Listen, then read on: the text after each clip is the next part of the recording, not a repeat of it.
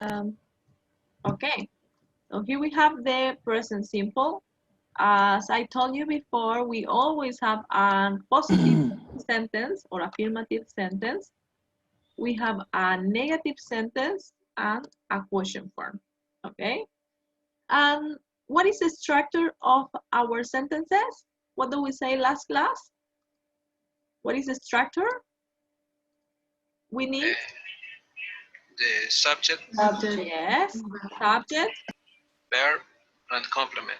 verb, in this case it's this one, and complement that is next to the verb, right? For example, here we have some sentences. I like it. Here we have subject, verb, and complement. Okay? Then we have another example that is in the third person. She likes it. Okay? Subject, verb, and complement. Good. And if you can see here in the examples, we use a different verb for the third person. For he, she, and it, we need to add s to some verbs, es for other verbs, and ies for other verbs. Then we are going to see which are the verbs, okay? Cuando seguimos estas reglas. Luego les voy a mostrar cuando añadimos s solamente, cuando añadimos es y cuando añadimos ies. ¿Ok? Esto es para la tercera persona. Pero para todos los demás, el verbo va en su forma base, en el presente simple, ¿cierto? Ok. What do we have to do for the negative sentences? ¿Qué debemos hacer para las oraciones negativas? ¿Qué hacemos para transformar nuestra oración en negativa? Añadir el auxiliar. Yes, we have to add the auxiliary verb. Auxiliary verb. Which one it is? Don't. Doesn't.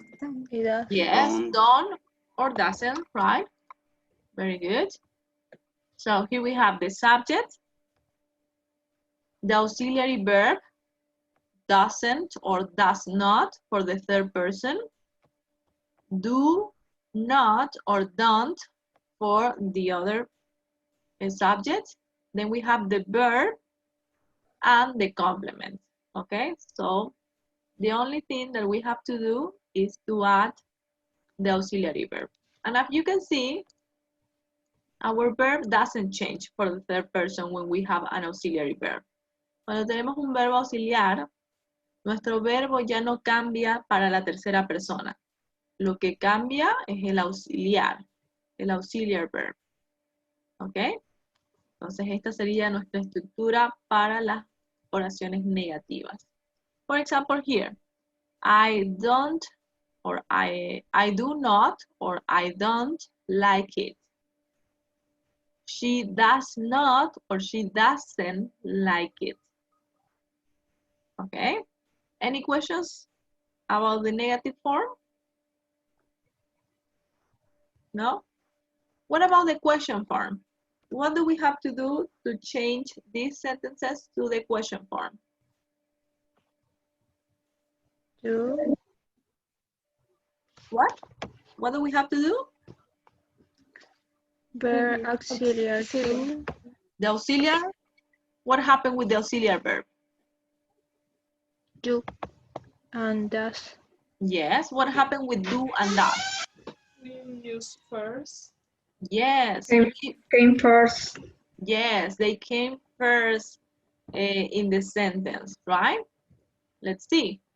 We write first do or does in the sentence, in the question. Then we have the subject, the verb, and the complement. Okay? So, for example, here, we have a normal sentence. You like it. Okay? And to transform this sentence in a question, we have to add an auxiliary verb. Then we have our subject, you in this case.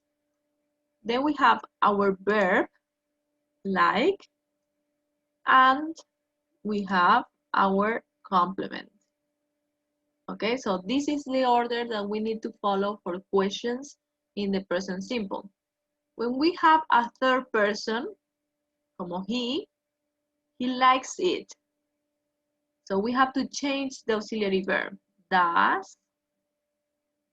Then we have the subject, she, the verb, like, and the complement, it. Okay, so we need to follow this order. Auxiliary verb, subject, verb, and complement. Okay, any questions until here? No questions? Let's see. We are going to make some examples. Do you know her? Do you know her? Do you know who is she? She's Scarlett Johansson. Yes, she is Scarlett Johansson. Here we have another picture from Scarlett Johansson. What does she do in this picture? What does she do? She plays tennis. She plays Plays tennis, right? Okay. How can we change this to the negative? She doesn't play tennis. Doesn't play. She He doesn't play play tennis. tennis. Yes, very good. So here we have, I play tennis. As you can see, the verb is the base form. You play tennis. But when we talk about the third person, about Scarlett, she plays tennis. Okay. Then we have here another one, another actor, and he's Chris Hemsworth, right? What can we say about this? What does he do in this picture? He cooks. He cooks. Yes, he cooks maybe lunch, could be lunch or breakfast. Or we can say also he makes lunch, right? He makes lunch. So we have I make lunch. As you can see, the verb is in the base form. You make lunch. But when we talk about Chris, he makes lunch, right? What is the question? What is the question for this action? How can we change this sentence to a question? What can we say? Does he Make make lunch? Okay. And the answer? Yes. Yes, he does. Yes, he does, right? He does. Very good. Let's see here. Okay, these are the rules that I told you before that are when we need to change the verb for the third person, okay? It says that in general we add an S to the verbs, okay? En general añadimos solo una S, okay? For example, works, eats, plays, swims, and writes. But we need to pronounce the S when we are talking about the third person. It's very important.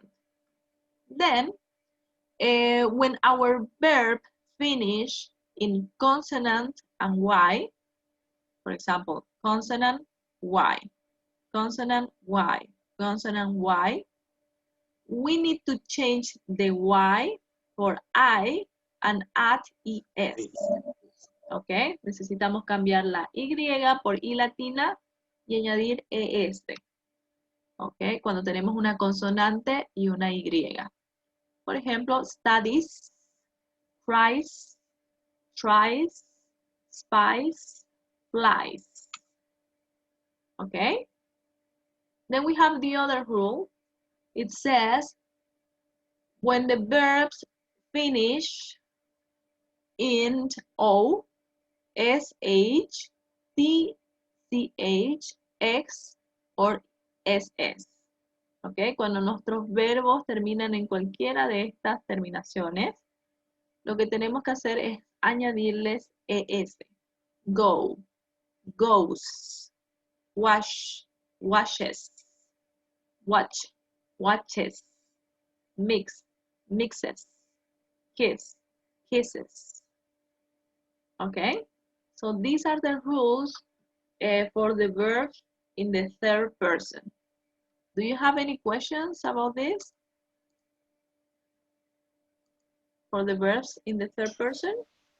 Play es la excepción, ¿no, teacher? What?